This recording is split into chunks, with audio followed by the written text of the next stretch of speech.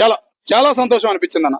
Rayalaseema rowdyism నలిపేయాలి, రౌడీని మార్చేయాలి. Rowdy అనేవాడు రాయలసీమలో లేడయ్యా. చరిత్ర మార్చాలనే ఒక కసితో రాజకీయంలోకి అడుగుపెట్టిన చంద్రబాబు నాయుడు గారికి ఒక మార్పు అనేది ఈ రోజు నిజంగా కనపడిందన్న ఫీలింగ్ నాకు కలిగింది. అలాగే ఇంకా మార్పు రావాలి జగన్మోహన్ రెడ్డి గారిలో అని మనస్ఫూర్తిగా కోరుకుంటున్నా. మా వీగన్ కాదయ్యా, అమరావతి అంటే ఏంటి, అమ్మ ప్రేమ అంటే ఏంటి అనేది నువ్వు ఇంకా తెలుసుకోవాలి. అట్లాగే సైకో బ్యాచ్ కొంతమంది ఉన్నారు, టీడీపీ నుంచి బయటికి టీడీపీ తరిమి కొడితే ఆ బ్యాచ్ నువ్వు ఆదరించవు. ఆ బ్యాచ్ వల్ల నువ్వు నలిగిపోతున్నావు, రాజకీయంగా ఎదగలేకపోతున్నావు, రాయలసీమ బిడ్డగా పేరు తెచ్చుకోలేకపోతున్నావు. ఇప్పటికైనా మార్పు అనేది నీలో వచ్చిందంటే చాలా సంతోషంగా ఉంది. ఇంకొక విషయం చెబుతున్నా, అమరావతి అన్ని మునిగిపోయిద్దని నువ్వు సెటైర్లు వేస్తున్నావు. 100 మంది ఎన్ఆర్ఐలు రాబోతున్నారు అమరావతికి. 29కి ఒక చూపు చూడబోతున్నావు నువ్వు. అమరావతిని మార్చుకో, 34కైనా నీకు అవకాశం వచ్చింది. నీ మార్పు అనేది మొదలైతే 44 కన్నా నీకు ఒక ఛాన్స్ వచ్చింది.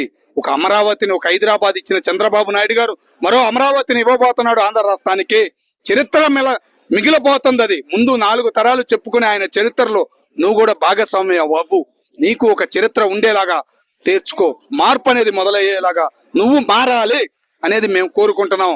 రాయి మీద, బుక్కు మీద కాదు, గుండె మీద ఉండాలయ్యా నీ పేరు అనేది. పనికిమాలిన సైకోలు, పనికిమాలిన ఎడవల మీద కాదు నీ గుండెలో ఉండేది పేరు.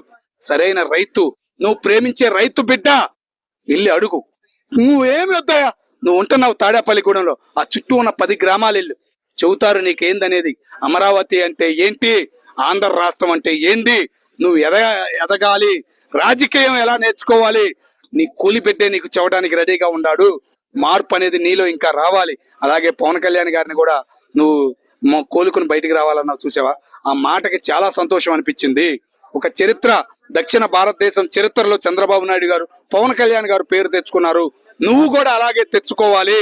మీ సైకో బ్యాచీలను తరిమి కొట్టి ఒక నాయకుడిగా బయటికి రా అనేది మనస్ఫూర్తిగా కోరుకుంటున్నాం.